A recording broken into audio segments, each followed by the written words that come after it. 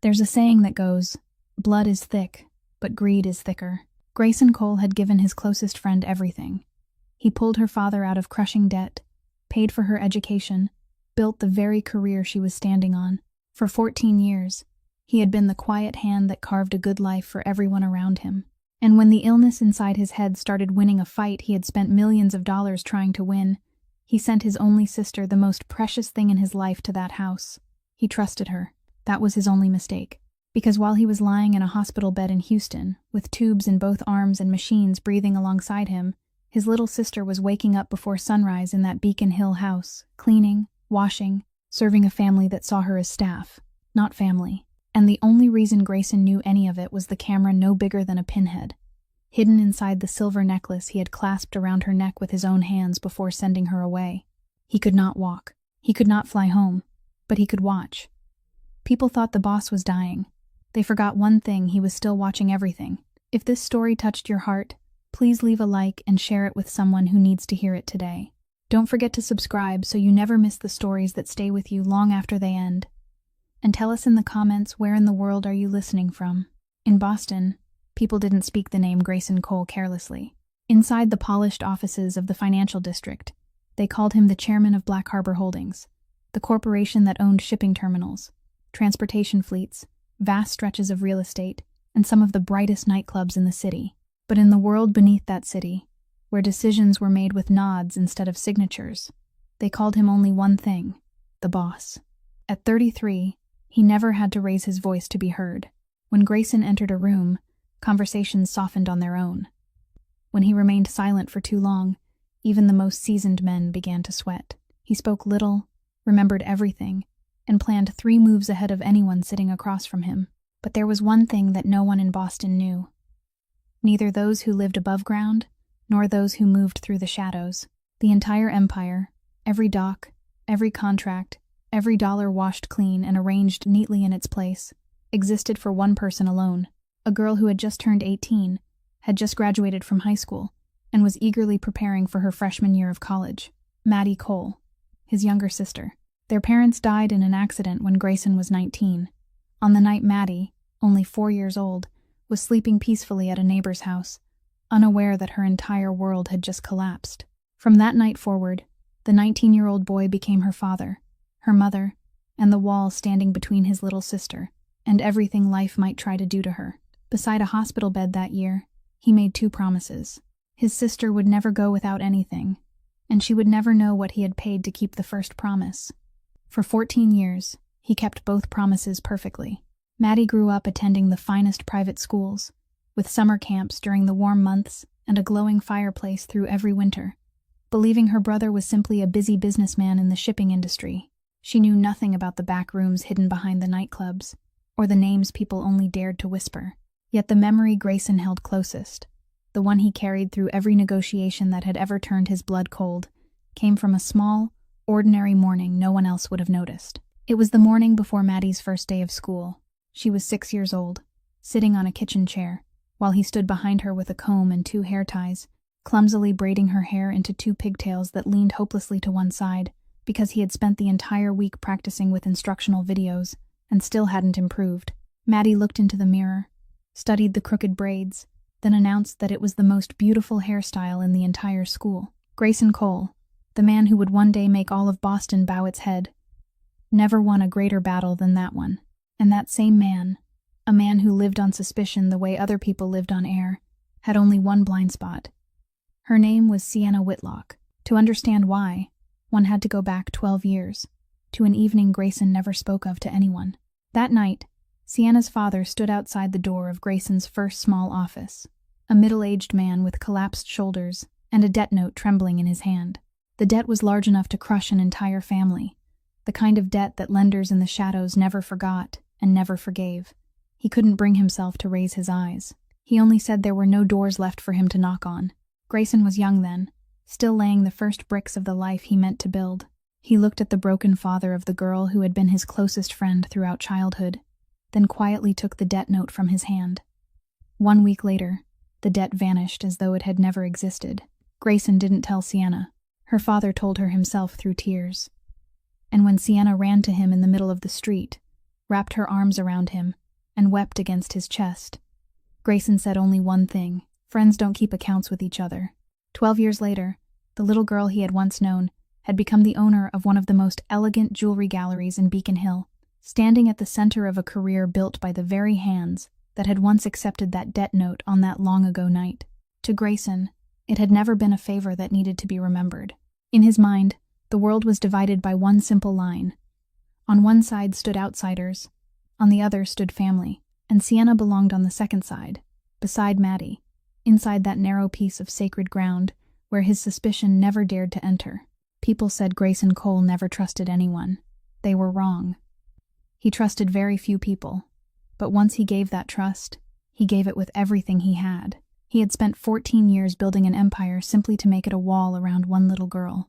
He had stayed 3 moves ahead of every enemy who had ever dared to meet his eyes. But there was one move the most calculating man in Boston never thought to anticipate. The greatest danger of his life wasn't coming from faceless enemies hidden in the dark. It was waiting for him in the brightest, warmest place he knew, wearing the most familiar face of all. The headaches came for Grayson Cole the way the cleverest enemies always did, quietly, patiently, and always at the moment when his guard was lowest. At first, it was nothing more than a dull ache at the base of his skull on nights when he worked too late, the kind of pain any man carrying a corporation on his shoulders might dismiss with a pill and a stronger cup of coffee. He changed his pillow. He cut back on flights. He drank more water and told himself it was simply the price of the work. Grayson Cole had spent his entire life reading other people, yet it took him months to listen to his own body. Then, one morning, in the middle of a meeting with the port directors, the entire right side of his face suddenly went numb. The fingers tapping against the tabletop froze. He remained upright, finished the meeting on time, and shook every hand with a face that revealed nothing, because in his world, showing weakness was the same as signing his own death certificate. But that afternoon, he sat in the private office of a Boston physician who studied the scan results longer than necessary before advising him to see a specialist in New York. The specialist in New York reviewed the case and referred him to a leading cancer center in Houston. Grayson didn't ask many questions. He had negotiated long enough to understand that when people kept sending you higher and higher, the news waiting at the end of the road was never good. In Houston, after 3 days of tests, a silver-haired doctor, with eyes accustomed to delivering unbearable truths, sat across from him, placed the file on the desk, and explained in a measured voice that a tumor was growing inside his head, in a place no ordinary surgical blade would dare to touch. He spoke about numbers, probabilities, and treatments that might extend Grayson's time, but couldn't change the final outcome. Then he said the only thing that truly mattered. Grayson had roughly 5 months left, perhaps 7 if the symptoms could be controlled. Grayson listened to everything without interrupting once. He thanked the doctor in the same tone people used when thanking a business partner for presenting a completed report. He didn't ask why it had happened to him. He didn't strike the desk, demand a 4th or 5th opinion, or collapse into the leather chair in that air-conditioned room. He walked out to the parking lot, settled into the back seat of the waiting car, and told Hoyt, the aging bodyguard who had been beside him since the beginning, to let him sit in silence for a while. For exactly 30 minutes, Grayson Cole remained motionless, staring through the window without speaking, without touching his phone. 30 minutes for a death sentence. That was all the weakness he allowed himself, because he understood something fear couldn't change. Grieving for oneself was a luxury reserved for people who had no one left to protect, and he had an 18-year-old sister preparing to begin college, still believing her brother would be standing beside her for many years to come. At the 31st minute, he opened his laptop, and the man who had just been sentenced to death began doing the one thing he did better than anyone in the world. He began to plan. There were no hospital names or treatment protocols on the screen that night. There was only a list of assets, diagrams of companies, names, and arrows. His first decision, and the greatest of them all, was made that very night, before he told anyone what had happened. Grayson would use the time he had left to do what no crime boss had ever done, while still standing at the height of his power. He would dismantle the hidden half of his empire with his own hands. Every network would be severed, every shadow business liquidated, every dollar brought into the light and placed beneath the legitimate structure of Black Harbor Holdings. It would be slower, more painful, and more expensive than any deal he had ever made, but he wasn't doing it for himself. He was doing it because the final gift he left, Maddie couldn't bear even a single stain. She would inherit a fortune that was clean, transparent down to the last sheet of paper, so that never, not for one day in her life, would she have to bow her head before anyone because of what her brother had once done in the dark. People spent a lifetime building empires. Grayson Cole decided to take his apart in 5 months, and when he finished typing the final command of that night, he closed the laptop, looked out at the darkness of Houston beyond the glass, and thought about the most difficult phone call he would ever have to make. News traveled through the underworld faster than any newspaper, and it didn't need the truth to keep moving. Grayson hadn't been gone from Houston for a full week before the first whispers began slipping through the docks and the back rooms of Boston's nightclubs, saying that something was wrong with the boss, that he had missed 3 meetings he had never once failed to attend before, that someone had seen his car parked outside a major medical center in Texas. No one dared say it aloud, but in that world, whispers were more dangerous than gunfire, because wherever weakness could be smelled, the wolves began to gather. Grayson understood that better than anyone. He had once been the youngest wolf in the pack, and he knew the first question every rival would ask wasn't how long the boss had left to live, but whether the boss had a weakness they could seize by the throat. Everyone in Boston's underworld knew Grayson Cole had no wife, no children, no lover, not a single bond they could take hold of. What they didn't know was that he had a younger sister about to begin her freshman year of college, with a smile exactly like their mother's. And for 14 years, he had sacrificed more than anyone would ever understand to make certain they never found out. But illness changed every calculation. He would have to remain in Houston for months, and Maddie couldn't stay alone in the penthouse while wolves were beginning to circle. The easiest solution was to place her under the protection of his men, but Grayson crossed that option out on the very first night, because every bodyguard, every driver, every name on his payroll was already being watched by at least 3 different factions. Putting Maddie inside that protective circle would be no different from lighting a lamp in the darkness and hoping no one noticed. What she needed wasn't higher walls. What she needed was to disappear. And that left only one name, the only name that existed outside every diagram his enemies could draw: Sienna Whitlock. The owner of a jewelry gallery in Beacon Hill, an honest citizen with spotless tax records, a woman no one in the underworld had ever heard of, because Grayson had carefully kept their friendship far away from his world for 12 years. The home she shared with her husband was perfect precisely because it was ordinary, a beautiful house in a beautiful neighborhood, where the most remarkable things each morning were the flower delivery van and the people walking their dogs. No one hunting for a crime boss's sister would think to search somewhere so unremarkable. That night, Grayson sat for a long time with the phone in his hand. The call wasn't difficult because he was afraid to speak. It was difficult because once he said the words aloud, the illness would no longer remain a secret between him and the doctors in Houston. It would become real, the first truth he had placed into another person's hands. Sienna answered on the second ring, her voice as bright as always, asking whether he was calling to have her choose a college gift for Maddie. Grayson told her directly, without softening the words, because he didn't know any other way. He was sick. Gravely sick. The doctors in Houston said he had 5 months left, perhaps 7 at most. Silence stretched across the line for one long moment, then broke apart into sobs, the kind of strangled crying that sounded as though she were trying to cover her mouth with both hands. She said it couldn't be true, said he was the healthiest man she had ever known, said only the week before he had been standing in her gallery laughing. He let her cry until there were no tears left, then told her what he needed. He needed Maddie to stay with her and her husband while he underwent treatment. The girl only needed a safe, peaceful home while she began college. She didn't need to know how serious his illness was. She didn't need to know anything that might break her in the middle of her first year. The crying on the other end softened, and Sienna's voice came through thick and warm, like a solemn vow. I swear to you, she'll be like my own sister. She won't lack a single thing under this roof. You only need to focus on getting well and coming home. Grayson closed his eyes, rested his head against the back of the chair, and for the first time since that air-conditioned room in Houston, he felt one small corner of the weight inside his chest settle into place. He trusted her. In that moment, he trusted her completely, with the untouched faith of the young man who had taken her father's debt note into his hand 20 years earlier. Before ending the call, Sienna sniffed back one final tear and added something else, her voice so sweet and caring that it sounded like an embrace. You can't be alone over there. You need someone discreet to take care of you. You can't trust strangers. Let me refer you to a private nursing service run by someone I know. They're very dependable." Grayson thanked her, thinking silently how fortunate he was to have such a thoughtful friend. He had no way of knowing that, among all the moves he had calculated that night, the most dangerous one had just been placed on the board by a hand that wasn't his. Josie Harlan arrived in Houston carrying an old suitcase and a single number in her mind, the salary the service agency had promised her, an amount large enough to pay off 3 months of hospital debt left behind by her late father. She didn't know who her patient was. The file contained only a name, a private hospital floor, and a confidentiality agreement that ran 4 pages, which she had signed without blinking, because for someone carrying a debt that heavy on her shoulders, curiosity was a luxury she had given up long ago.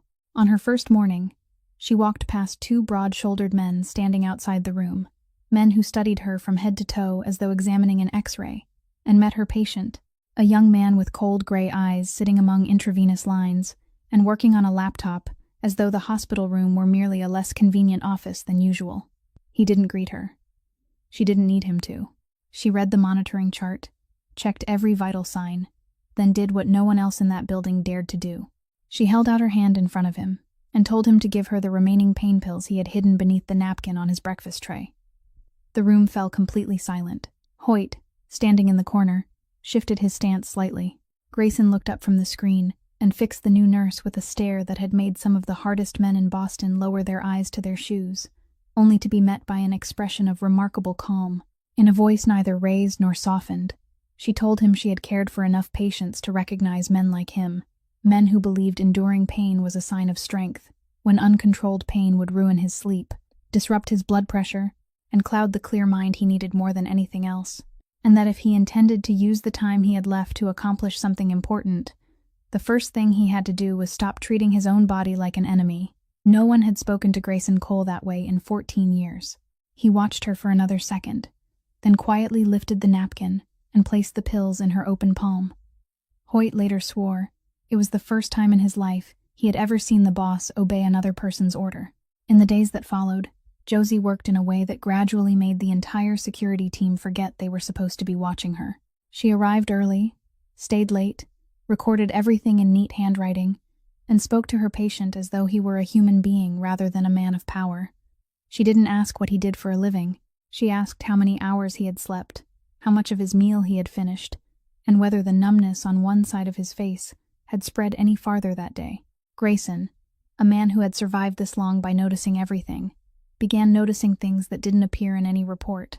He noticed that her white shoes were clean, but the soles were worn down more heavily on one side, the kind of wear that came from walking long distances every day, rather than spending money on transportation.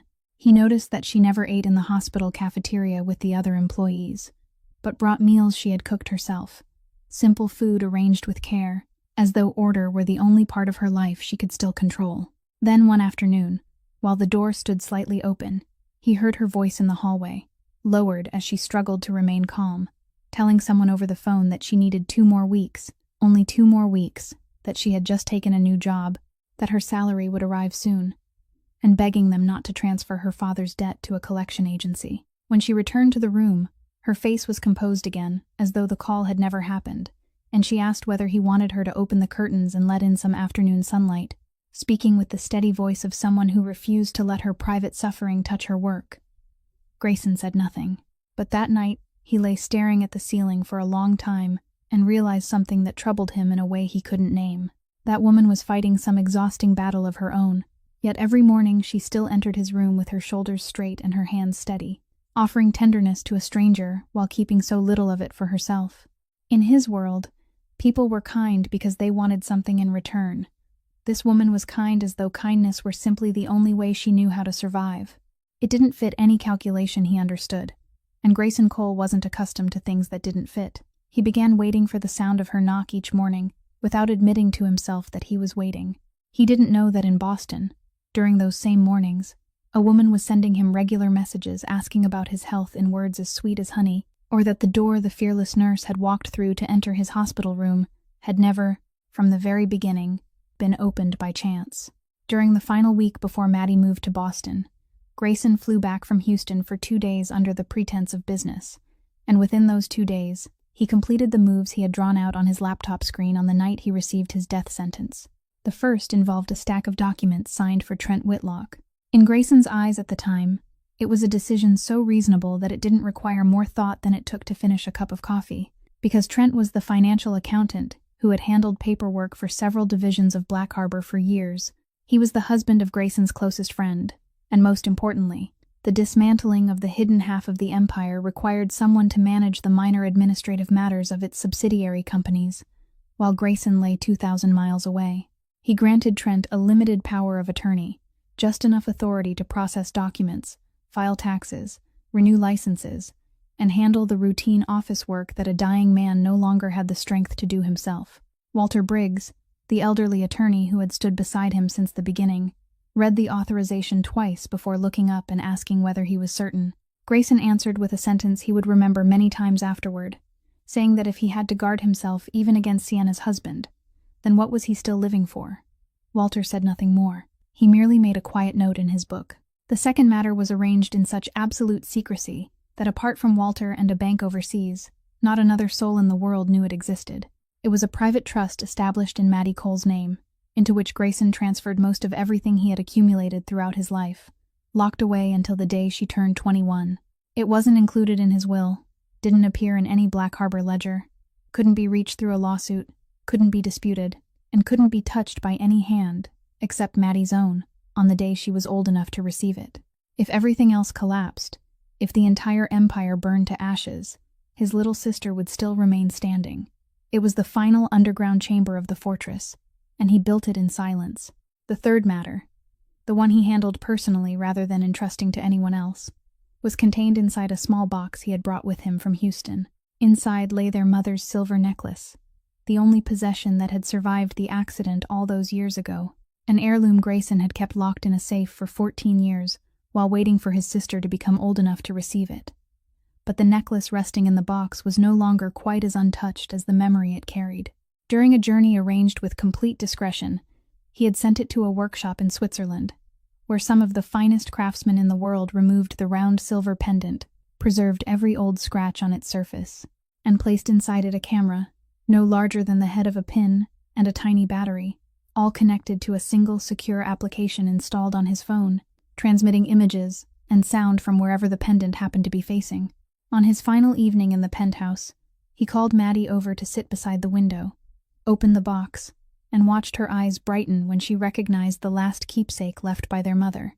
He told her that their mother would have wanted her to wear it on the day she began the next chapter of her life, then placed the chain around her neck himself, and fastened the clasp with the same fingers that had once struggled to braid her crooked pigtails. Maddie lifted the round pendant to examine it, then frowned slightly and said it was heavier than it looked. Grayson watched her through the window glass reflecting the city lights and replied that precious things often were. She smiled, asked no more questions, and promised to wear it every day, just as he had told her. Then he told her the most difficult thing in the gentlest voice he could manage, explaining that his long-term treatment far from home required peace and quiet, that for certain security reasons related to business, it would be best for them to speak only once a week at a scheduled time, and that if anything urgent happened, she should call Uncle Walter. Maddie nodded and believed him immediately, just as she had believed her brother in everything, for all 18 years of her life. The final thing, which Maddie didn't know, Sienna didn't know, and even his security team didn't know, was that during the previous week, a crew hired from outside the state had entered the penthouse under Grayson's orders and installed tiny cameras inside light fixtures and wall openings throughout the living room, hallways, and kitchen, all feeding into the same application on his phone, because the penthouse, along with the safe and the possessions inside it, would be entrusted to the Whitlocks while he was away. He trusted Sienna. He truly did. But he was also Grayson Cole. And Grayson Cole had never once in his life sent the most precious thing he possessed somewhere he couldn't see. That night, standing over his sister after she had fallen asleep on the sofa with the necklace gleaming against her throat, he thought about the days ahead and told himself only one thing. He wasn't sending his sister into the darkness. He was going with her. The flight carrying Maddie to Boston landed on an early autumn afternoon, and for the first 2 weeks, the house in Beacon Hill was exactly as Grayson had imagined when he placed his trust in it. Trent went all the way to the airport to meet her, smiling as he carried both suitcases, filling the entire drive home with cheerful stories and calling Maddie the family's college girl. Sienna was waiting at the front door with her arms wide open, leading her upstairs to the most beautiful bedroom on the second floor, already decorated with new curtains and fresh bedding, and telling her that from that day forward, this was her home. Their first dinner had candles, Maddie's favorite dessert, and laughter that lasted late into the night. That evening, Sienna posted a photograph on her personal page, showing the three of them seated around the dinner table, along with a caption welcoming the newest member of the family, and beneath it came hundreds of congratulatory comments from people in Beacon Hill, praising her for being so kind, so generous, truly a woman with a heart of gold.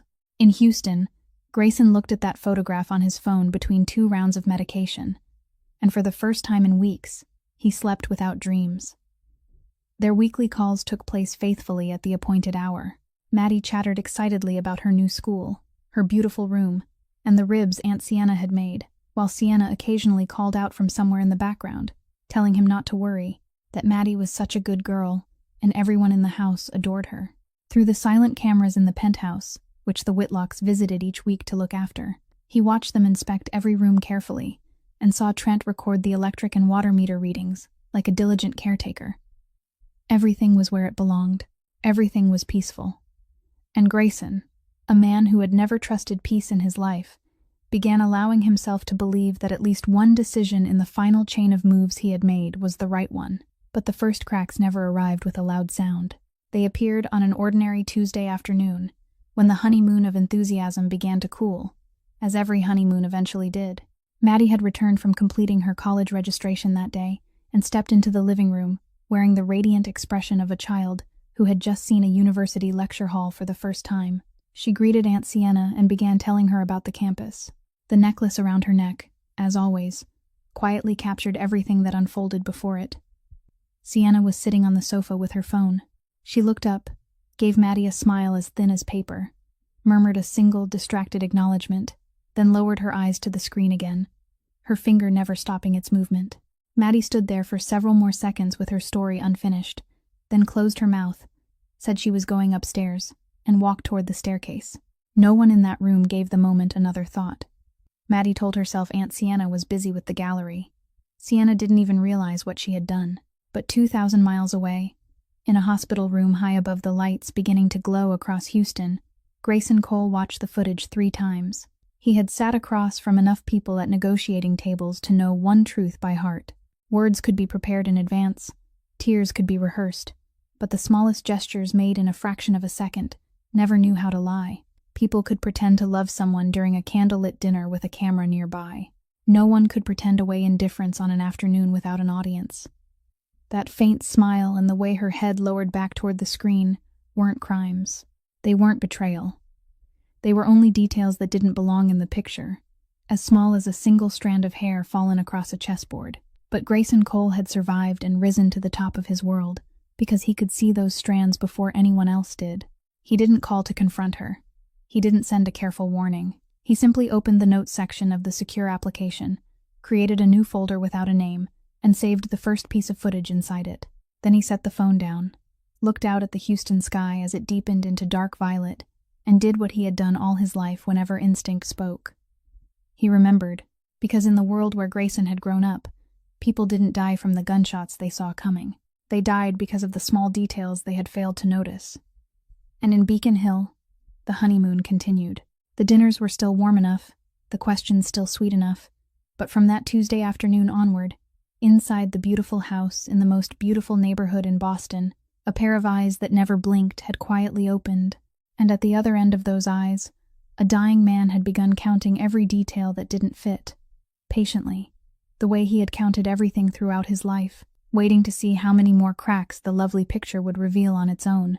Rumors didn't need a passport to travel from Houston back to Boston, and by the 4th week after Maddie moved into the house in Beacon Hill, the whispers in the underworld had changed from the boss is in trouble to the boss won't survive the winter. No one knew who had said it first. They only knew it spread like oil across water, through the docks, across the card tables hidden behind the nightclubs, and finally through the mouth of Trent Whitlock himself, the man who still handled paperwork for several subsidiary companies and stood close enough to hear the breathing of the entire system. That night, in the kitchen of the Beacon Hill house. After Maddie had gone upstairs, Trent poured 2 glasses of wine and spoke to his wife in the voice of a man who had just caught sight of the future. Do you know what happens when a man like him dies? Everything he owns has to flow somewhere, and right now, there isn't anyone in this world standing closer to that current than the 2 of us. Sienna remained silent for a long time, slowly turning the wine in her glass, then said something she had carried inside herself for 12 years without ever daring to admit it, even to herself. She had been beside him all her life. She deserved a share of what he had more than anyone else. The mask didn't fall that very night. It slipped away gradually over the course of a week, the way someone slowly lowers the temperature in a room, so the person inside doesn't realize how cold it has become until it is too late. First came the most beautiful bedroom on the 2nd floor. In a voice sweet as sugar, Sienna told Maddie that she needed to renovate it and turn it into an office. So Maddie would have to move into the small room beside the garage. It was quieter there, she said, perfect for a college student who needed to study. The room beside the garage had a window no larger than a hand, and the sound of the clothes dryer running through the thin wall. But Maddie only nodded and moved her belongings herself, because she had been raised never to trouble the people who had taken her in. Then came the meals. No one announced a change. Dinner simply began happening at different hours, and somehow Maddie was always asked to finish some chore at the exact moment everyone else sat down at the table. By the time she was done, the dining room had emptied, and she would quietly eat whatever remained alone in the kitchen, telling herself that adults were busy and mismatched schedules were perfectly normal. And finally, the most painful thing of all, came college. Grayson had already transferred the full tuition. Only a few registration procedures remained, matters that required a temporary guardian to accompany her and complete the paperwork. But every time Maddie mentioned them, Sienna had a new excuse. This week, the gallery was busy preparing an exhibition. The following week, she had an important appointment. The week after that, Maddie should remind her again. And the weeks continued slipping away while everyone Maddie's age had already begun attending their first classes. Maddie began to understand, in the way sensitive children always understand before they are brave enough to name what they feel, that something inside that house had changed. But just as she was about to call her brother outside their scheduled time, Sienna moved first, using the cruelest move of all, the move that silenced a child with the very love inside her heart.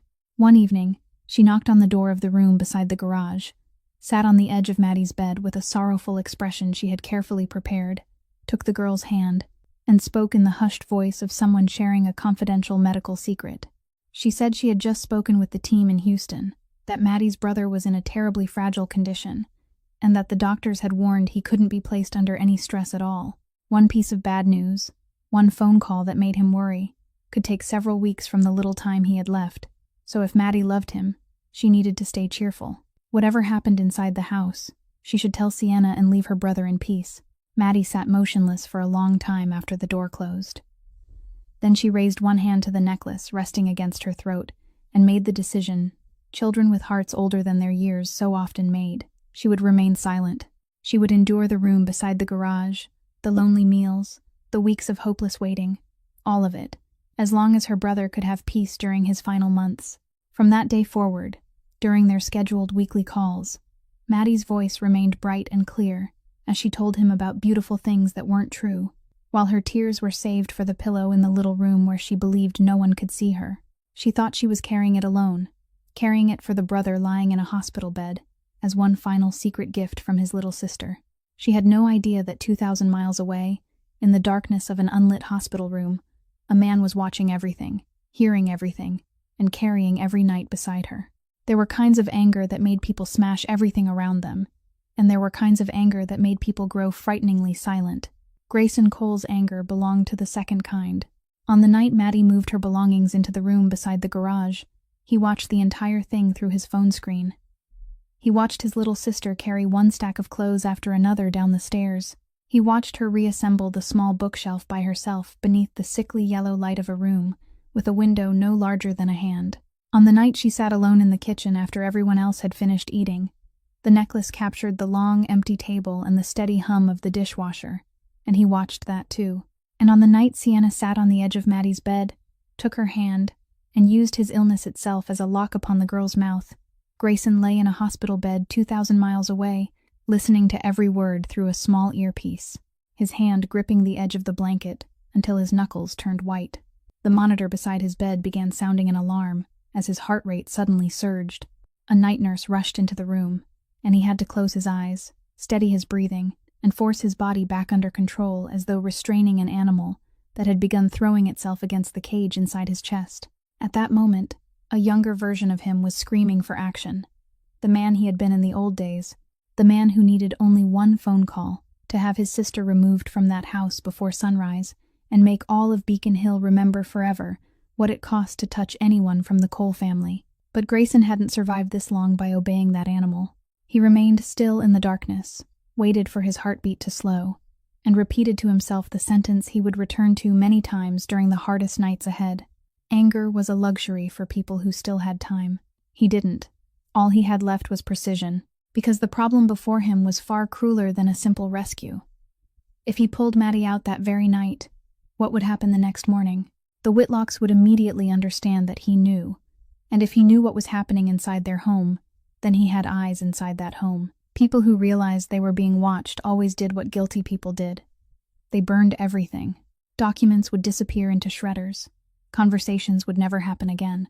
Any assets they had already touched would be concealed or moved through names no attorney could trace before Grayson's remaining time ran out. So far, he had only indifference and meals served after everyone else had eaten, things that could break a heart but couldn't close a pair of handcuffs. Meanwhile, the instinct he had sharpened over 20 years told him that something larger and darker stood behind the sudden change inside that house, and it would reveal itself only when the people living there believed no one could see them.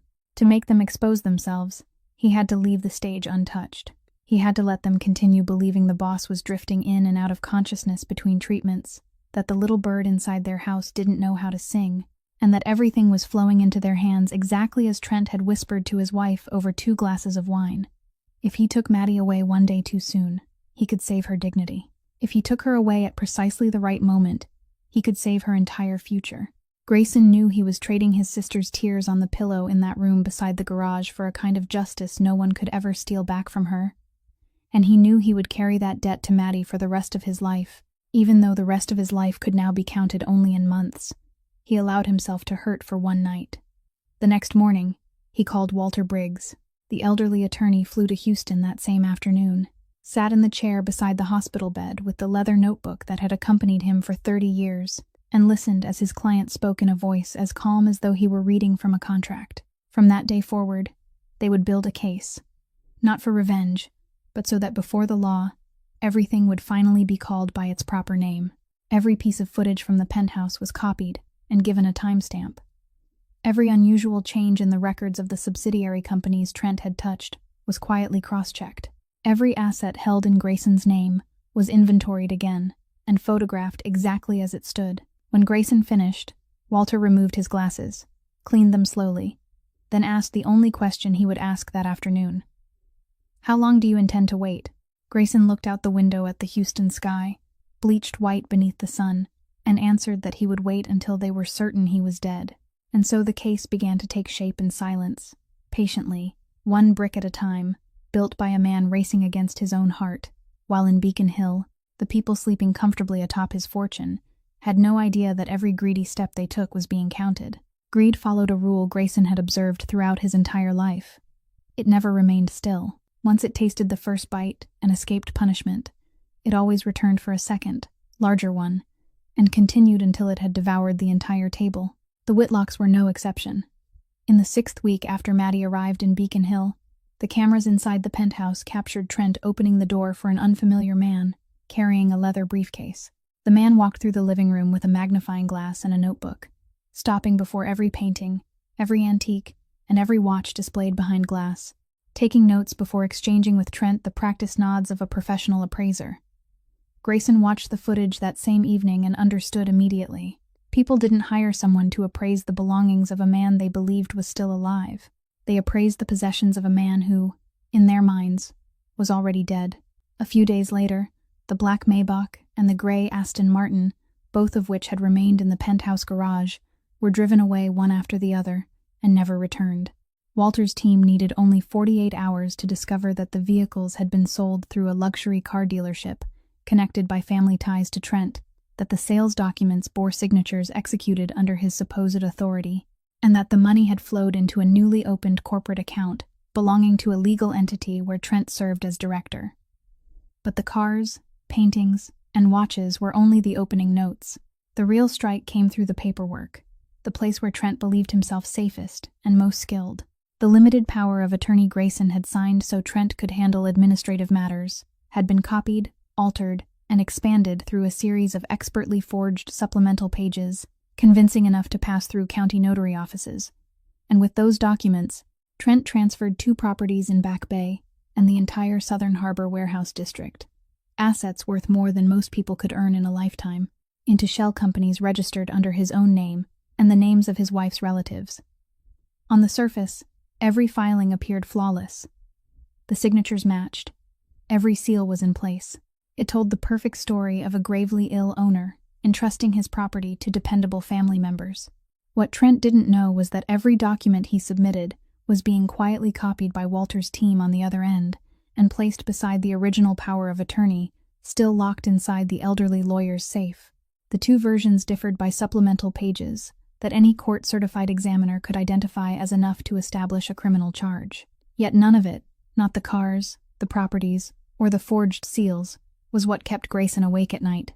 What stole his sleep arrived on a Saturday afternoon, when Sienna posted a series of photographs on the Whitlock & Company gallery page, announcing a new collection with the caption, "Newly Arrived Heritage Masterpieces."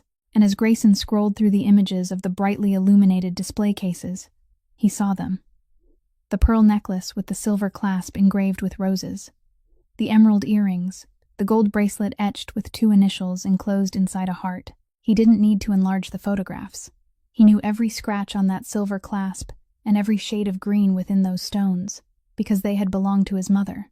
They were the pieces taken from the safe inside the penthouse, the jewelry he had protected for 14 years, cleaning each one once a year on the anniversary of his mother's death, promising himself that one day he would place them on Maddie with his own hands on her wedding day, so that their mother, in the only way still possible, could be present for the most important day of her daughter's life. Now they rested inside Sienna's display cases beneath showroom lights, beside small cream-colored cards bearing sale prices, offered to strangers as merchandise without memory. Grayson didn't sleep that night. He didn't call anyone, break anything, or write a word. He simply sat against the headboard in the darkness with his phone lying face down on the blanket, and for the first time since receiving his death sentence, he felt something heavier than death pressing against his chest. People could take his cars, his homes, and his money. He had created those things and could lose them. They were only numbers capable of changing hands. But that night, the people he had called family had sold the last objects that still carried the warmth of his mother. They had placed price tags on the legacy of a dead woman, and they had done it while that woman's youngest daughter was eating alone in their kitchen. Near dawn, when the Houston horizon began to brighten into a pale gray, Grayson finally picked up his phone, opened the nameless folder, saved the photographs of the display cases beside the other evidence, then sent Walter a single line. "Add the gallery to the case. Don't miss a single piece." In Beacon Hill, morning was beginning to rise as well, and the people who had just placed prices on a dead woman's memories were still sleeping peacefully, unaware that during the night they had turned a patient man into a man with nothing left to lose. There are moments that decide an entire game before anyone involved realizes they have happened, and that Sunday morning inside the penthouse was one of them. Trent went there alone to show another buyer the remaining paintings, and while he waited for the client to arrive, he stood in the middle of the living room and tilted his head back to study the ceiling, with the habit of a man silently calculating what else might still be sold. Then his eyes stopped on the wall lamp beside the entrance to the hallway. A tiny point of light reflected in a way the glass of an ordinary bulb never would.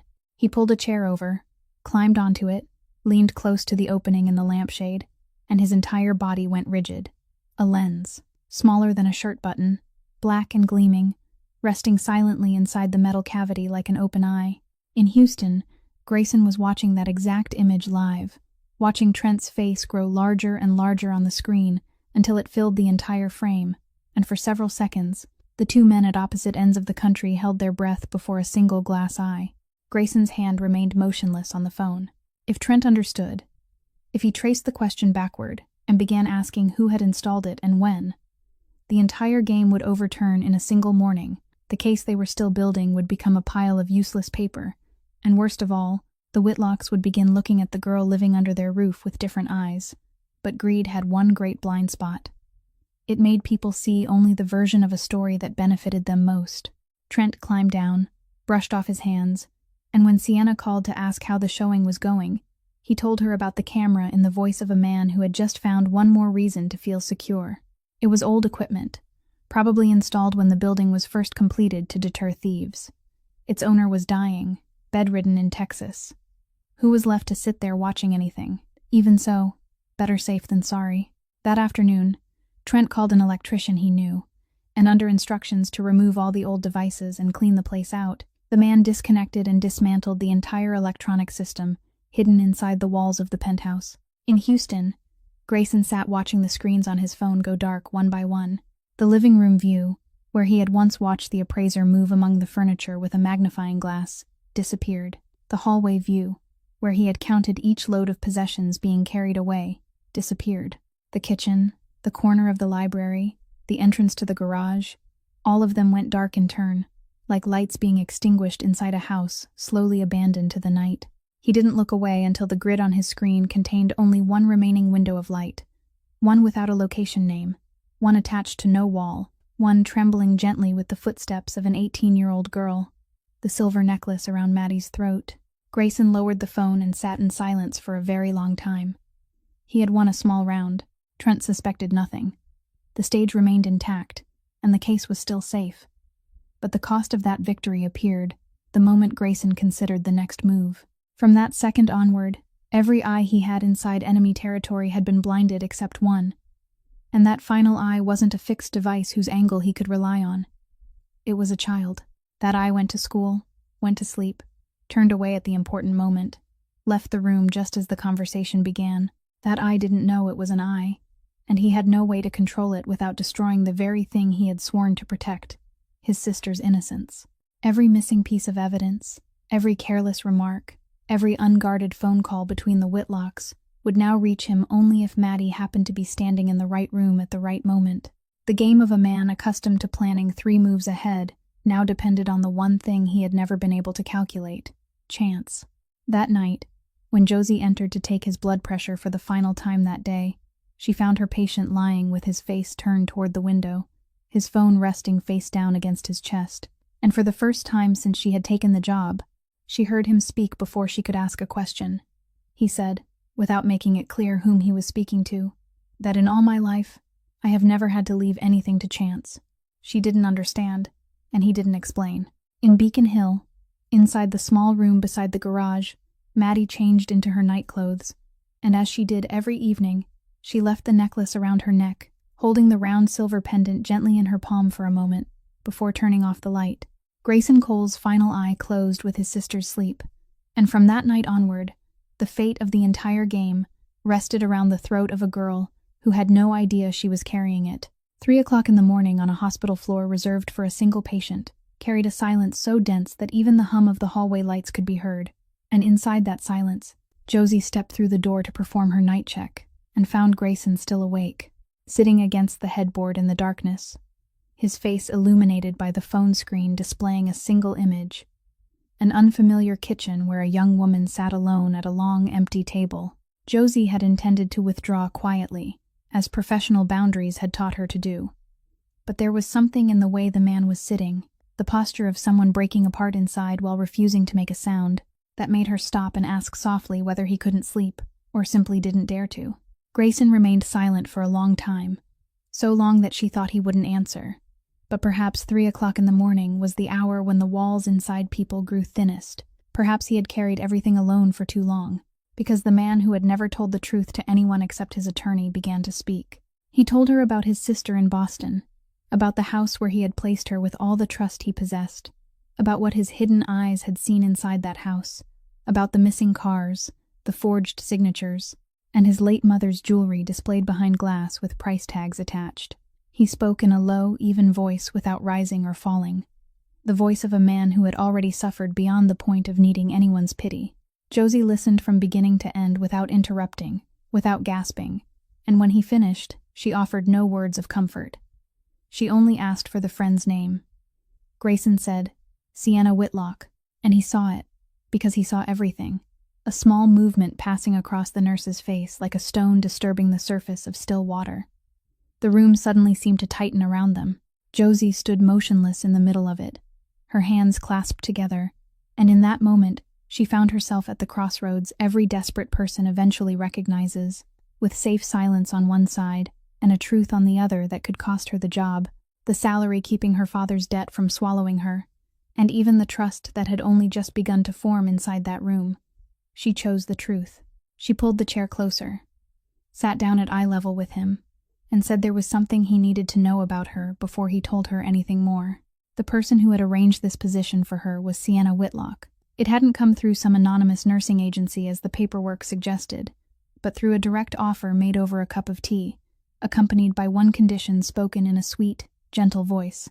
Josie only had to send occasional updates about the patient's true condition, whether he was conscious or confused, whether he was eating, and most importantly, how much time the doctors believed he had left, because the family needed to prepare themselves. Along with that request had come a seemingly casual understanding of her father's hospital debt, and of how much easier or more difficult that debt could become depending on whose hands controlled the file. Josie said she had accepted the position because desperate people accepted first and thought later.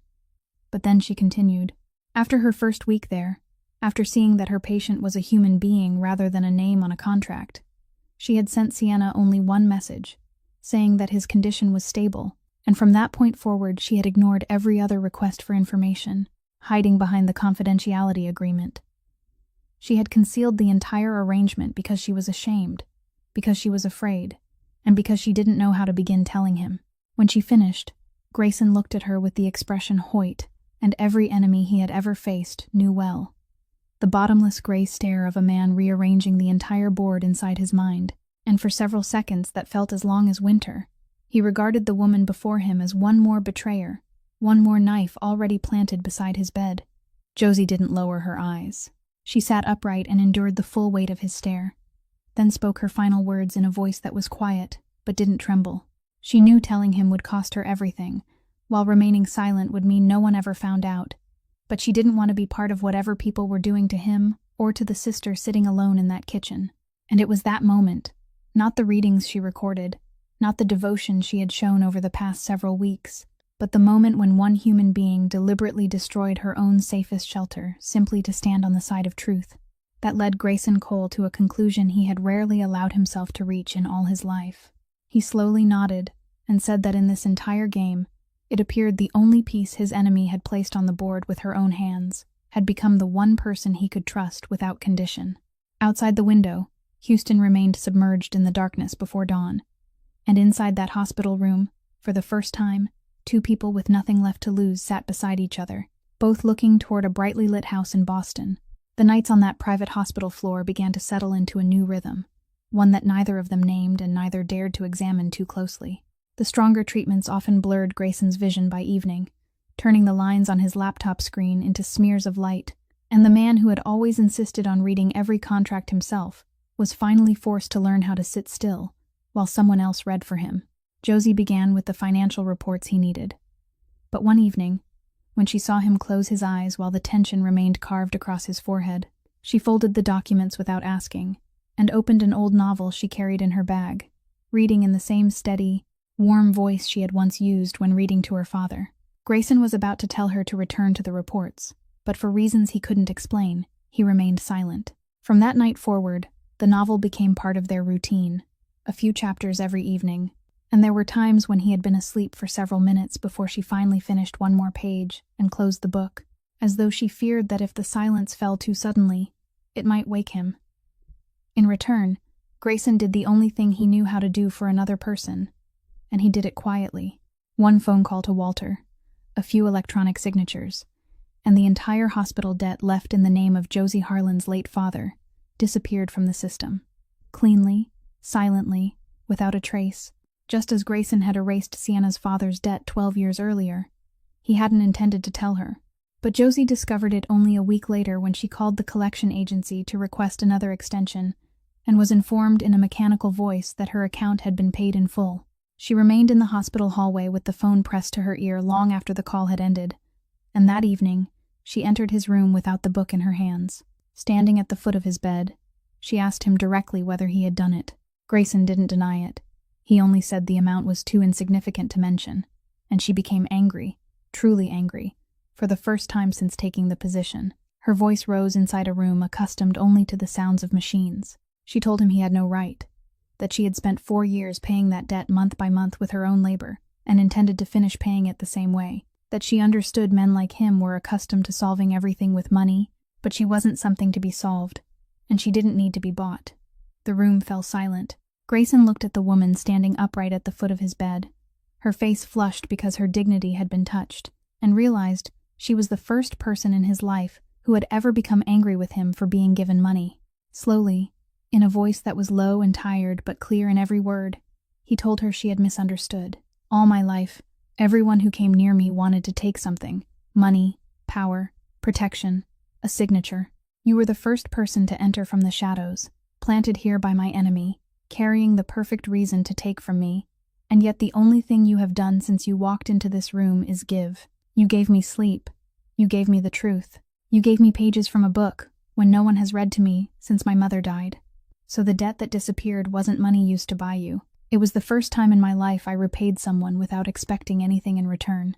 Josie remained still for a long time as the anger drained away and left behind something softer, something far more difficult to hide. Then she pulled the chair closer, sat down, and opened the book as though nothing had happened. But she stumbled over her words 3 times on the very first page. And through nights like those, the game beyond that hospital room continued to move. A few days later, Grayson himself mentioned the messages still arriving regularly from Boston, the ones Josie continued to ignore, and proposed a move that made her stare at him in surprise. From that moment forward, she would answer them, not with the truth, but with whatever he wanted Sienna to believe. Josie understood immediately, and under his direction, the false reports began going out at steady intervals, written in the concerned voice of a devoted nurse, saying the patient was weakening quickly, that he slept more than he remained awake, that the doctors had stopped discussing treatment and now spoke only about keeping him comfortable, and that he probably didn't have much time left. In Beacon Hill, every message was received with tearful expressions of gratitude and immediately forwarded to Trent like the sound of a starting signal, causing the forged signatures to move faster, the possessions to leave the penthouse in greater haste, and the evidence on paper to grow thicker with every passing week. The spy their enemies had planted inside the hospital room had become the sharpest piece on Grayson's board, and the people in Boston were digging their own grave deeper with every false report, never realizing that the man they believed was slowly fading away in Texas was still awake every night, still clear-minded, and still counting. Maddie Cole's 19th birthday fell on a Thursday, and inside the house in Beacon Hill, the day passed like every other Thursday in the world. That morning, Sienna walked past her in the hallway with a phone pressed to her ear. That afternoon, Trent came home carrying a stack of documents and closed himself inside his study. Not one person in that house mentioned a cake, a card, or even a single birthday wish. In years past, this had always been the most important day of the year for the brother and sister. Grayson had never forgotten it, no matter how busy he was. Every year, there was a cake ordered from the bakery they always used, a gift wrapped clumsily by his own hands because he didn't trust anyone else to wrap it, and a wish Maddie always kept secret, according to the sacred rules of birthday candles. This year, she waited until evening, telling herself that everyone was probably busy. Then, when nearly all the kitchen lights had been turned off and the rest of the house had withdrawn into their bedrooms, she quietly opened the refrigerator and took out a small box of pastries she had bought that afternoon with her own spending money. She placed a matchstick in it instead of a candle and sat alone at the long table. The tiny flame trembled, illuminating the face of a girl who had just turned 19 in the silent kitchen. Maddie closed her eyes, made her wish, then blew out the match. In the dimness that remained, she raised one hand and held the round silver pendant, lowering her head as she whispered so softly that it seemed 2,000 miles might be crossed by words quiet enough. "I'm all right. Don't worry about me. You only need to get well. That's all the birthday gift I need." In Houston, inside the darkened hospital room, Grayson Cole heard every word through the small earpiece and watched the image tremble gently with his sister's heartbeat. The man who had once sat without blinking through declarations of war now had to raise a hand and press it tightly over his mouth in the darkness. Josie, who had been sitting in the corner reading, looked up and saw his shoulders shaking. She understood immediately that there were moments when a person needed to be left untouched, so she quietly closed the book and remained beside him in silence. But the night wasn't finished with them. Near midnight, after Maddie had put away the pastry box and was pouring herself one final glass of water before returning to her room, the necklace around her throat captured a sound from the hallway. Trent's footsteps paced back and forth, and his voice, lowered but not lowered enough, carried from a telephone conversation. Maddie paid no attention. She simply stood there drinking her water with her back turned toward the kitchen door. But the hidden microphone captured every single word. Trent was bargaining. He told the person on the other end that he knew what they were looking for, that the girl was living under his roof, but his house couldn't be connected to any of it. He would give them something even better: her schedule, the times she left the house, the routes she took, and the places where she usually stopped. If they wanted to speak to her, if they wanted to use her to speak to her brother, then they could do it outside, far away from his front door. In return, when the boss died, and trust me, the private nurse says it won't be long now, I want a seat at the table when you divide up the southern harbor. In Houston, Grayson shot upright so quickly that the intravenous line pulled taut across the back of his hand. Josie sprang to her feet as well, but he raised one hand, ordering silence. His eyes fixed on the phone as he listened to the final word, to the sound of Trent ending the call, and to his footsteps fading down the hallway. He heard Maddie place her glass in the sink and hum a quiet birthday melody to herself as she walked back toward the room beside the garage, completely unaware of what had just been offered for sale behind her. The hospital room fell into a silence unlike anything that had filled it before. Since creating the nameless folder, Grayson had taught himself to swallow everything and wait.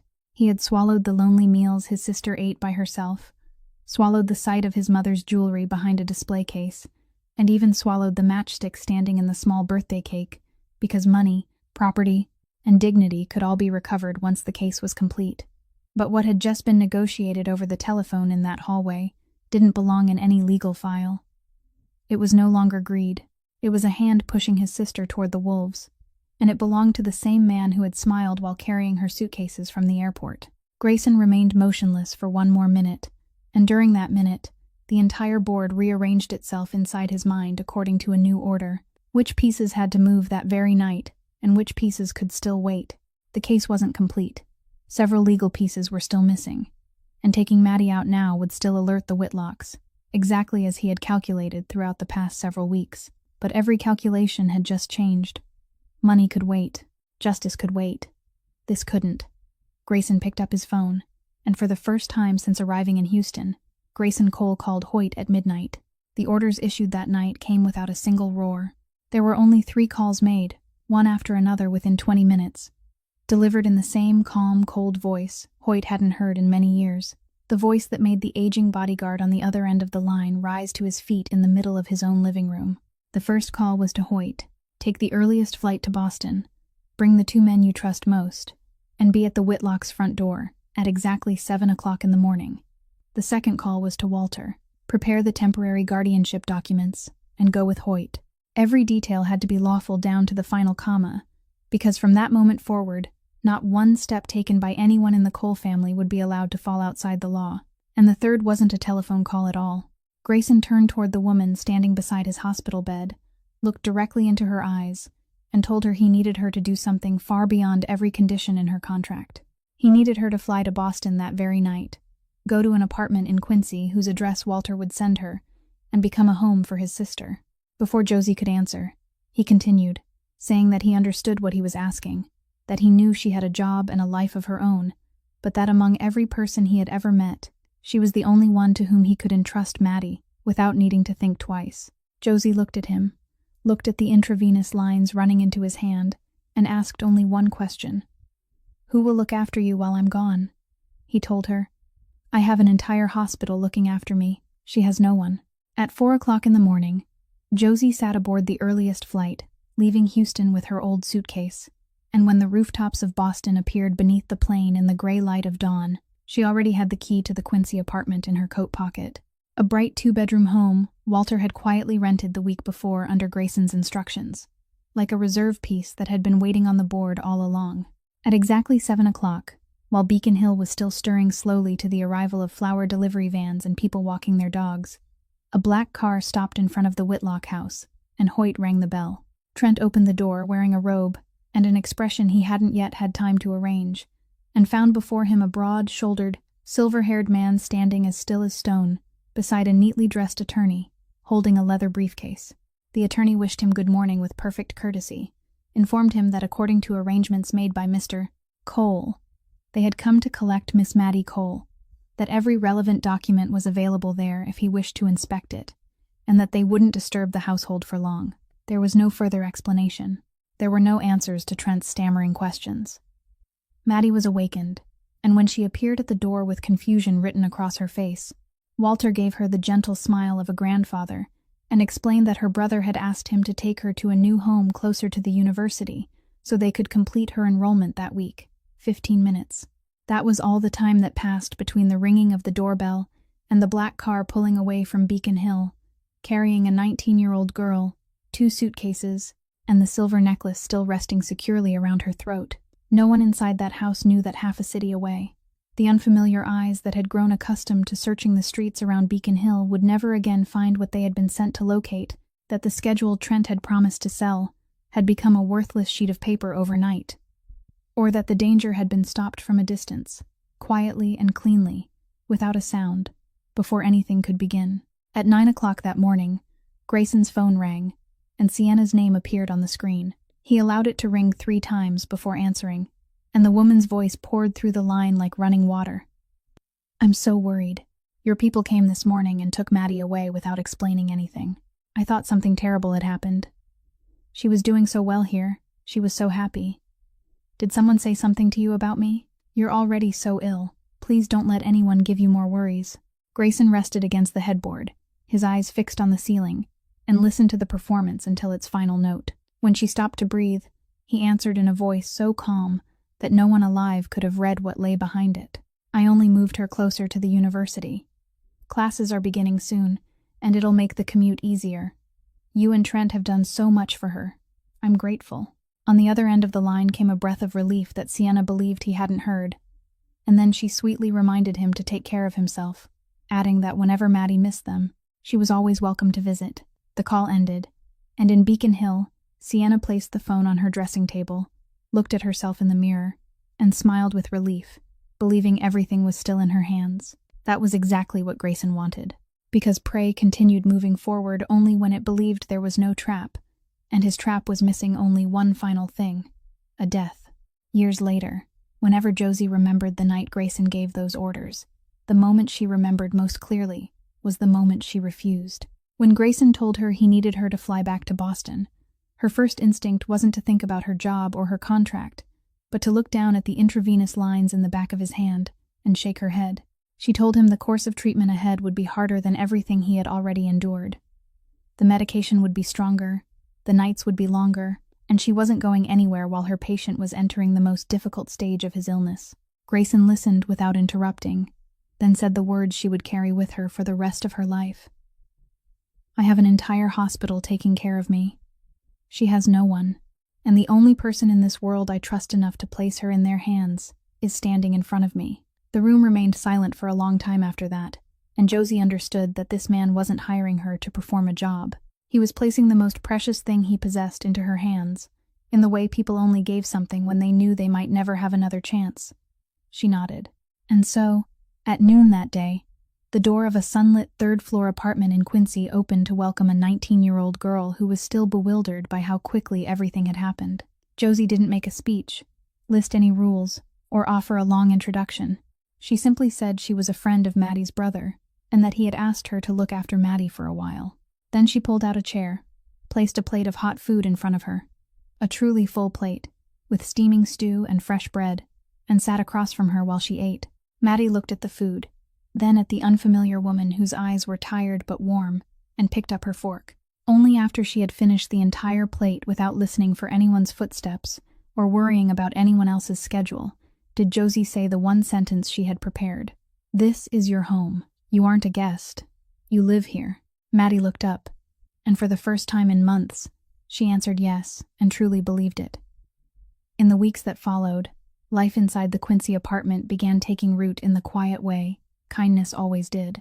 Walter completed Maddie's enrollment in only 3 days, and on her first morning of classes, Josie drove her to campus, parked across the street, and remained in the car watching until Maddie disappeared, completely beyond the doors of the lecture hall. That weekend, she took Maddie shopping for school supplies, not so Maddie could carry someone else's bags, but so she could choose for herself, point to the things she liked, express her own opinions, and be heard. Josie didn't try to replace anyone. She was honest enough to know that no one could replace a brother like Grayson, but she created a steady, peaceful space where Maddie could be herself, and that was more than enough. At school, Maddie made her first friend, a short girl named Piper who talked endlessly, had an opinion about everything in the world, and possessed a gap-toothed laugh people could hear before they saw her. In Houston, every evening after treatment, Grayson opened the application, and the only window still glowing on his screen now revealed an entirely different world.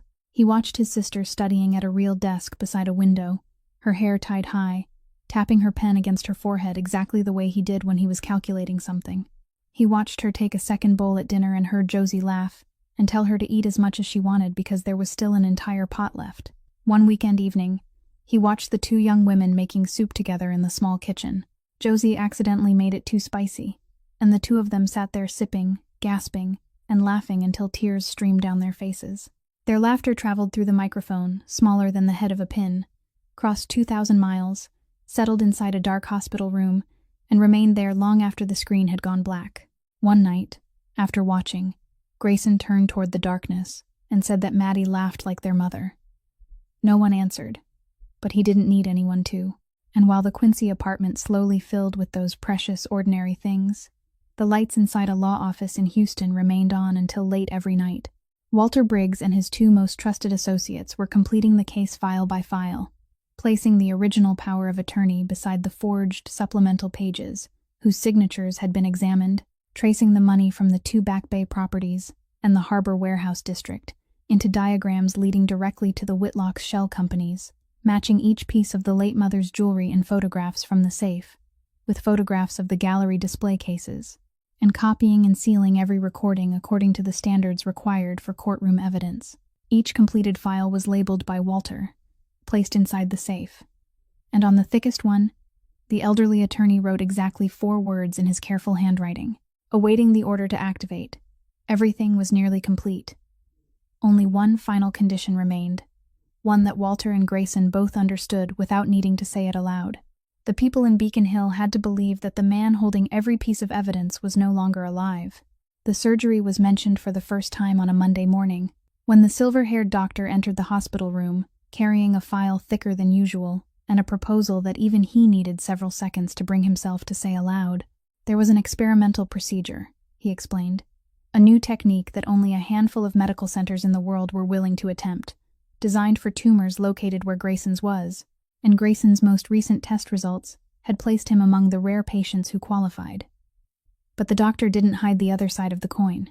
Out of every 10 people placed on that operating table, only 2 woke up. The other 8 never did, a 20% chance of survival.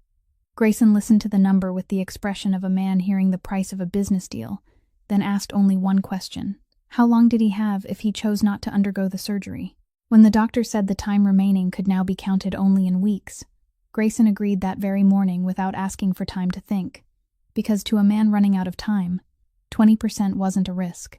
It was the only door still standing open, and because inside the mind that had never stopped calculating, one final move had begun to take shape.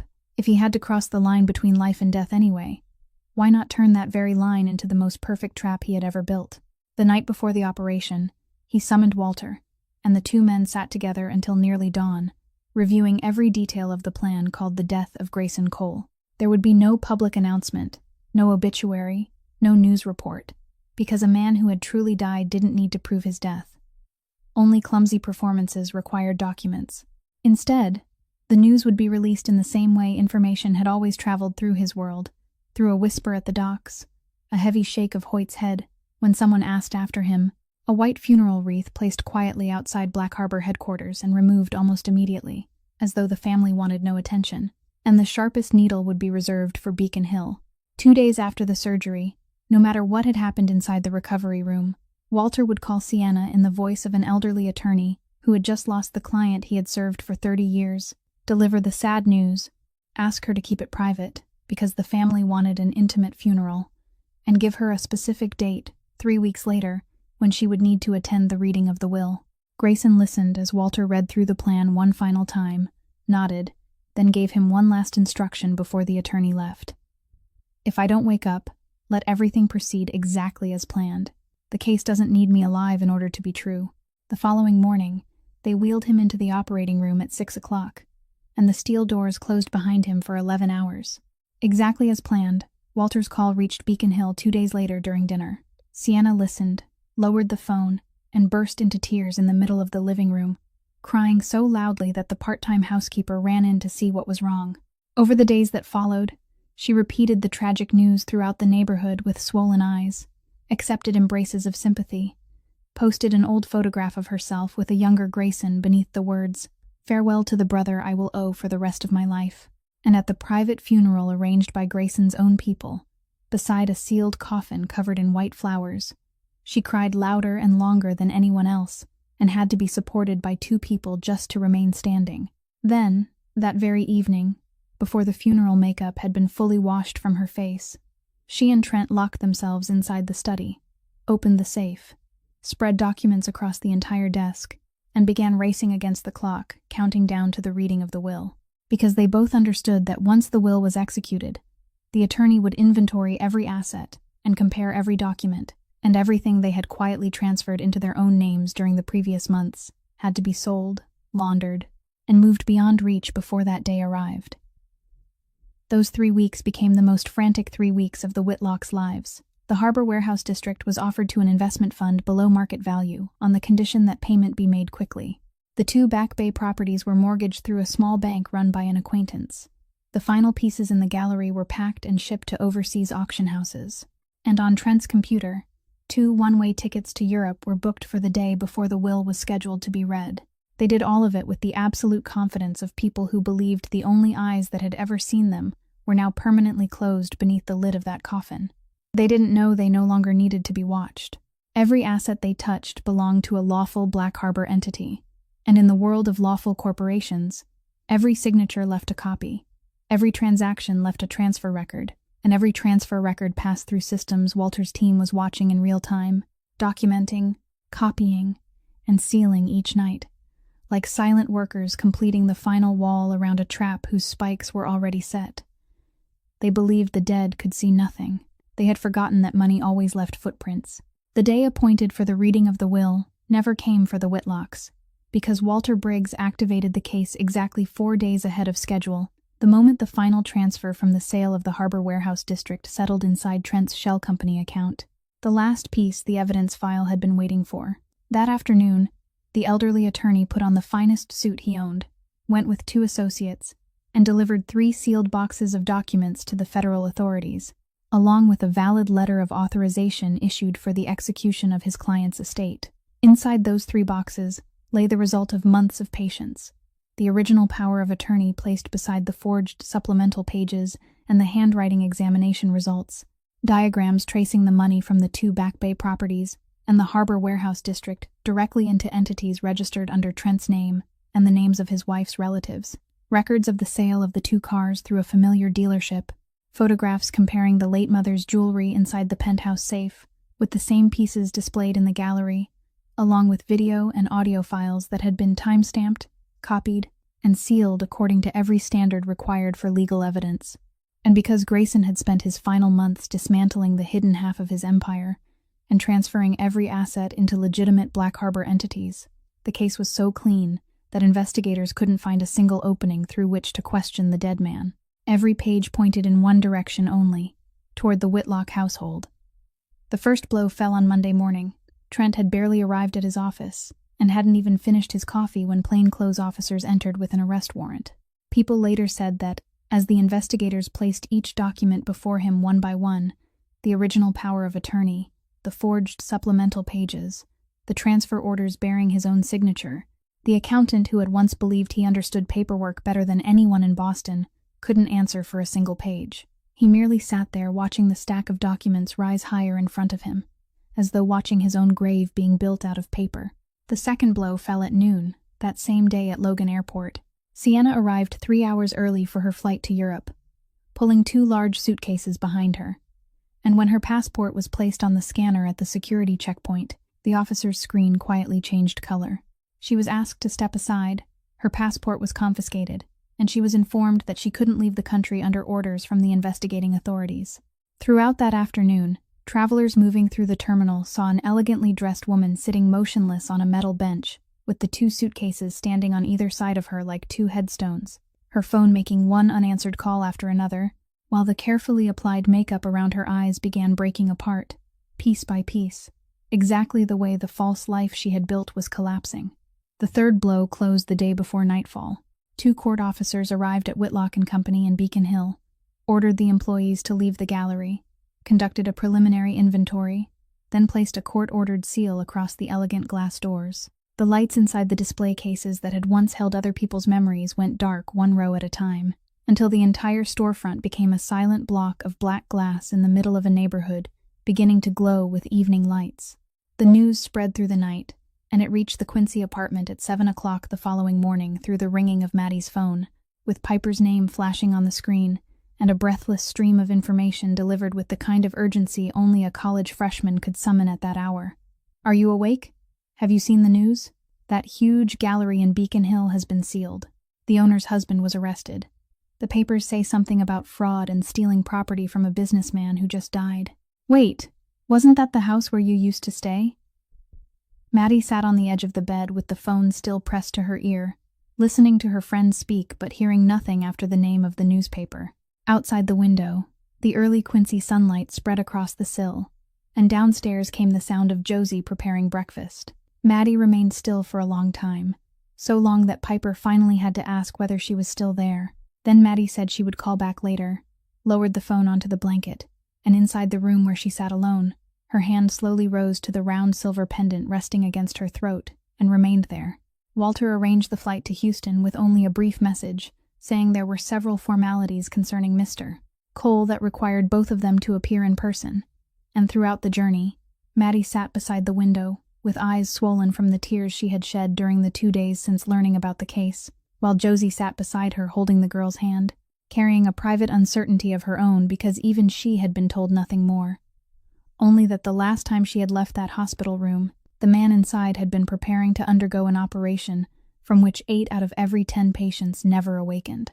Walter met them in the hospital lobby wearing the unreadable expression of a lawyer with 30 years of experience, led them through the familiar corridors, stopped before the hospital room door they both knew by heart, then said only one sentence. "Go inside. Someone is waiting." Then he opened the door. Grayson Cole was sitting there, in the chair beside the window instead of lying in the bed, much thinner than before, his cheekbones standing sharply beneath his skin, and a band of white gauze wrapped around his head. But the gray eyes that lifted toward the doorway were still the same eyes, and they were smiling. Maddie froze on the threshold for exactly 3 seconds. 3 seconds during which the entire room seemed to hold its breath. Then a cry broke from the deepest part of her chest, and she ran across the room, dropped to her knees, and threw her arms around her brother, weeping as though she hadn't been allowed to cry through all the months that had passed, striking his shoulder lightly between sobs, and repeating the same 2 words again and again. "You're alive. You're alive." Grayson wrapped the arm still connected to the intravenous line around her, rested his chin on the top of her head as he had done since she was very small, and closed his eyes for a long time.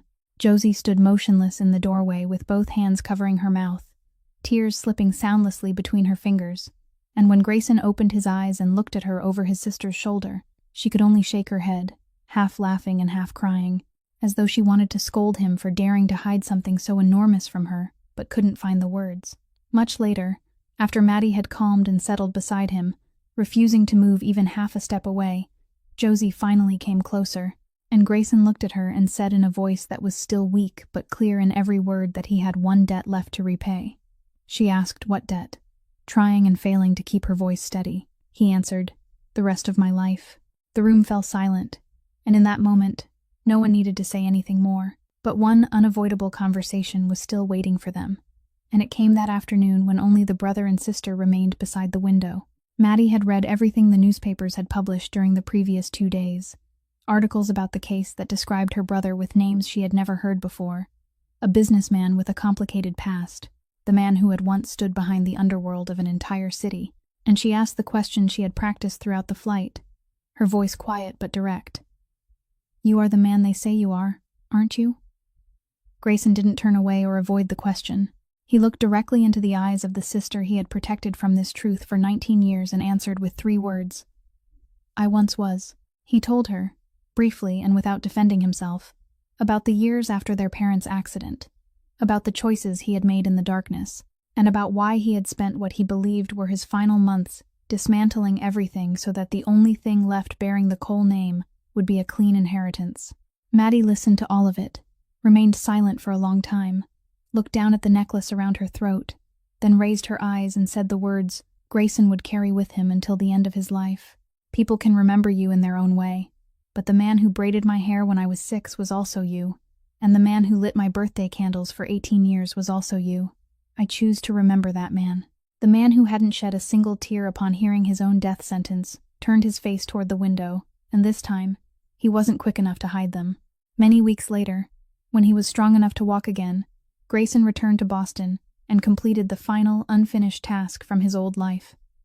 He went to the detention center where Sienna was waiting for her trial. She was brought into the visitation room, and when she saw the man whose coffin she had wept beside standing alive behind the glass, her face passed through every possible expression, turning white, beginning to tremble, then collapsing into a flood of pleas, explanations, accusations against Trent, appeals to their 20 years of friendship, to her father, and to anything else she could think of. Grayson stood still and listened without interrupting, his face revealing nothing, and only when she had exhausted herself and fallen silent did he speak, slowly and clearly, offering one final sentence. "I never kept an account with you for 20 years. The law is the one keeping it now." Then he turned and walked away without looking back, passed through the visitation room door, and stepped out of those 20 years forever, leaving behind the sound of her calling his name against the glass, growing quieter and quieter until he couldn't hear it anymore. The following spring, Boston welcomed Grayson Cole home in a way the city never had before. Not with fearful whispers, but with the quiet calm of an ordinary morning, because the man who walked through the doors of Black Harbor headquarters that day was no longer the boss of any hidden world. The underground half of his empire had been completely dismantled, exactly as he had begun doing on the night he received his diagnosis. Every network had been shut down, every dollar brought into the light, and all that remained beneath the Cole name was a legitimate company filled with people doing honest work, using real signatures on real documents. One weekend evening, inside the small kitchen in Quincy, filled with the golden light of late afternoon, where the 3 of them still gathered whenever Maddie had a break from school, Walter stopped by carrying his familiar leather briefcase and explained to Maddie for the first time about the trust established in her name, what it contained, and the day she would gain access to it when she turned 21. After the elderly attorney left, Maddie sat quietly at the kitchen table for a long time, watching her brother pour coffee, then asked softly whether he had arranged all of it when he believed he was going to die. Grayson set the coffee cup down, looked at her, and answered in the calm voice of a man stating the most obvious truth in the world. "I never stopped thinking about you, even when I was the one who needed someone to think about me." Maddie said nothing more. She simply stood, walked around the table, and wrapped her arms around her brother from behind, holding him for a long time, while Josie turned away at the sink, quickly wiped the corner of her eye, and pretended to be busy with the dishes. 4 years later, beneath a clear June sky, graduation caps filled the air above the university lawn, and among the sea of people, Maddie Cole walked across the stage to receive her degree with highest honors as the entire audience applauded. Around her neck, the silver necklace caught the sunlight and gleamed in every photograph. The camera inside it had been removed long before, taken out one afternoon when the brother and sister sat together with a jeweler and watched in silence as the round silver pendant was sealed and restored to the way it had once been, so that from that day forward, it became only what it had always been meant to be, a keepsake from their late mother and the memory of the brother who had fastened it around his sister's neck with his own hands on the evening before the storm began. Below the stage, Grayson stood among the other families, healthy, with a few early strands of silver in his hair. applauding until his palms turned red. Beside him, Josie laughed and cried while raising her phone to take picture after picture. On her finger, a simple wedding ring caught the same sunlight as the necklace on the stage, while Piper shouted Maddie's name so loudly that a nearby parent burst out laughing and handed her a bottle of water. Anyone watching might have thought they were only an ordinary family enjoying an ordinary day of happiness. And perhaps that was the most extraordinary thing Grayson Cole had ever accomplished in his life. This story must now come to an end, but there is one thought we would like to leave with you. There is a kind of love in this world that never announces itself, never asks to be remembered, and never demands gratitude. It simply plans quietly, thinking farther ahead than most people would ever dare, placing something in the future for the person it loves. A trust locked safely away, a case built in silence, a sunlit home, a necklace carrying a pair of watchful eyes, so that when the person it loves finally reaches that place, the gift has already been waiting there for longer than they could ever know. And there is one more thing worth saying. Kindness is never wrong. The only mistake is placing it in the hands of people who treat kindness like a debt they never intend to repay. So remain kind, but don't forget to remain watchful, because even the most generous heart deserves to be guided by clear and discerning eyes. If this story touched your heart, please leave a like and share it with someone you believe needs to hear it today. Don't forget to subscribe to our channel so you won't miss the captivating videos we share every day, stories that will remain in your heart long after they have ended. And we sincerely want to know how this story made you feel, and which moment moved you most. Please share your thoughts in the comments below so we can hear the feelings that come from deep within your heart. Thank you for staying with us until the final second of this story. We wish everyone watching this video abundant health, a joyful life, and peace and serenity in every passing day. Goodbye, and we'll see you again in the next video.